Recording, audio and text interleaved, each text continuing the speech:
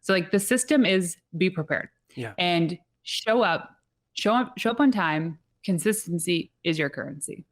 I love that.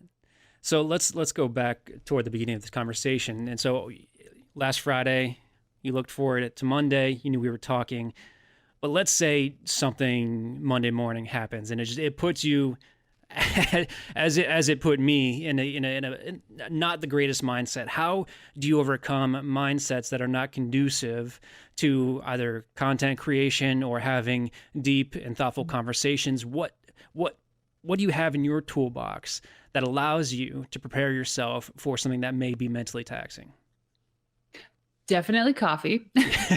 Good answer. I do this thing every morning when I wake up. I walk up to the mirror and I pump my fists in the air 10 times like Tony Robbins. Yes. And I just shout something, like not shout something, but I say something to myself at least 5 to 10 times about that day. Like if I have a couple sales calls, I'll be like pumping my arms in the air. I'm going to close these deals. I'm going to close these deals. And just that breathing, that deep breathing, and like the punching in the air really helps set the mentality for that day. In terms of like things happening, well, I have kids. They happen all the time. Yeah. And like at any moment now, they could be running upstairs saying, Mama, I want this, I want that. It is really just understanding who you need to show up for in that moment, and like really respecting that your baggage is not anybody else's responsibility. People can be very patient and forgiving, but for the most part, it's like they're not really, people aren't here for your BS. And so you just always have to try to show up to the best version of yourself. And this is what I work on every single day. And the person I was 5 years ago to where I am today is night and day difference. Like Absolutely. the stuff, like if I got in a little fender bender and dented my car 5 years ago, I would have lost it. Same. Today I would have been like, no one's hurt. Cool. What's your insurance? Give it to me. We'll get this stuff sorted out. Yeah. Right. And like control the controllable. Control the controllable. You have all these incredible little sayings, and I'm going to have to write every single one of them down as I go through and edit this, because they're short, simple, but they're concise, and they carry a lot of weight. And especially when you said your baggage is no one else's responsibility, that is so incredibly important, because the way we if whether or not we choose to react or respond. So staying on the driving side of things, somebody cuts you off, and you cuss them out, and you get furious, and you're in a heated mindset for the next 3 hours of your life. Can you just think about all of the people you're going to interact with in that 3-hour period, and how you're going to show up for these people? They may be strangers, they may be employees, they may be your superiors. Can you imagine what's going to happen if you walk into your office 15 minutes late and you get pissed off at your boss because he asked you where you were, and the only reason you're mad is because somebody cut you off? Who was hurt in that situation? Certainly you weren't. And the way we carry our own personal baggage and the way we choose to deal with it is so important, because if we let that seep out into the world around us, that can really cause negative impact on not just our own lives, but others as well. Yeah, it's the victim mentality. Yeah. And I mean, admittedly, I used to be far worse. And just recognizing that I had that is crazy. And who taught me the best was my son, Noah. And the stoic little Noah. Yes. And how he taught me this was just like the whole breaking his arm thing was one thing, but in his daily interactions, like my other son has more of a victim mentality. And I see it's like how it affects his life, how it affects people around him. I've employed people that had terrible victim mentalities. Yeah. And these are people that are hurting. And I get that. They're depressed. There's stuff going on in their life they can't get over. They can't get through that hurdle. But what they don't realize, or they do and they don't care, is how much it affects the people around them. Right. And it stifled other people's growth. Yeah. And knowing if you can actually see, oh my God, okay, this is happening. I'm not bringing this with me. We used to have this sign on our garage door. It's still there, but it's in our house on the East Coast that says, it says positive mind. It goes, welcome home, positive mindset, please. Yes. And that is a cue. It's a trigger to leave your BS at the door. Because when you cross that threshold into your home, whatever happened during the day at the office, is no one else's business. Yeah. Right? Your baggage is no one else's business. It's not their responsibility.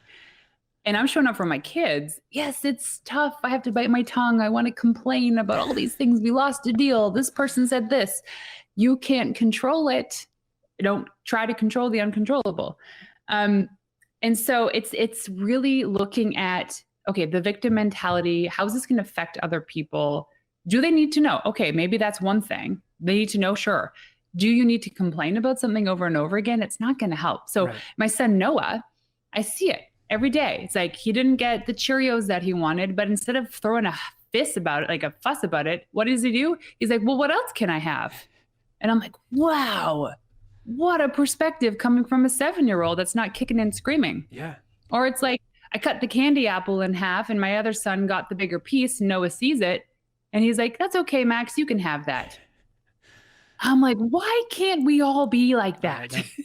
That is an incredible amount of emotional intelligence. That's truly astonishing. That's fantastic. Yeah. So he's taught me a lot.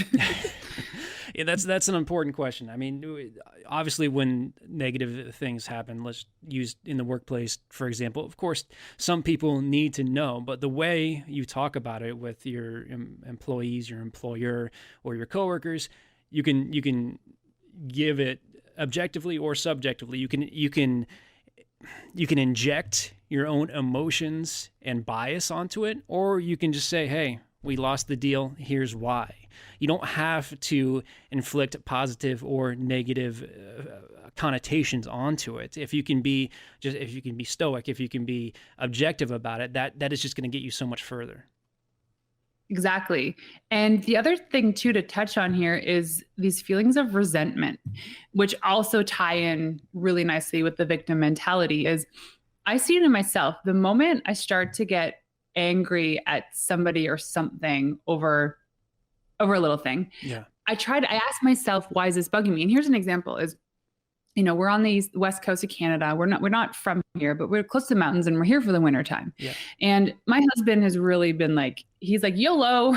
And he's like gone every weekend, snowboarding, snow biking. He's done like 4 or 5 day trips. Like he's gone a lot enjoying it. Yeah. And I've never been the one to say, no, don't. But like now it's starting to be a little overwhelming for me, given my oldest son is homeschooled and I'm running my business. And so last night in bed, I even said, I was like, listen, can we chat? And he's like, what? I go, I'm starting to feel some resentment towards you because of X, Y, and Z. Yeah. I need you to know so you can understand maybe sometimes why I'm short. And he's like, oh, okay, thank you. So I could have very well gone about my day, just like stabbing him, just nipping at him or being really accusational. Or I could have been like, here's how I really feel and why I'm doing this. And so let's chat about it. And he goes, thank you. And we'll talk about it in the morning. And I said, awesome. So I know that it landed on him, and knowing him, he'll definitely make concessions, but he'll actually put in the work to focus on this problem, knowing that I feel resentful towards all of this amazing fun that he's having. Yeah. And along that same path, I imagine if there were something that you might be doing that he perhaps would resent you for, he is just as comfortable talking with you as you are him. And that's important. Mm-hmm. Yep. Yeah. And sometimes those things come out in fights, like little sentences that are thrown around. I was like, oh, I'm picking up on this cue now. Okay, let's dive deeper on that. That's the thing I think that's really bugging you. And we're very emotionally aware about these things, which I think has allowed us to have an incredible marriage, really. Yeah. And taking those same tools to apply to our parenting and our leadership within our teams. Yeah, absolutely. The Mosaic Life podcast is available on Apple Podcasts, Spotify, or wherever you get your podcasts. Check out the full show notes at themosaiclifepodcast.com and sign up for the Circle newsletter for exclusive access to podcast content.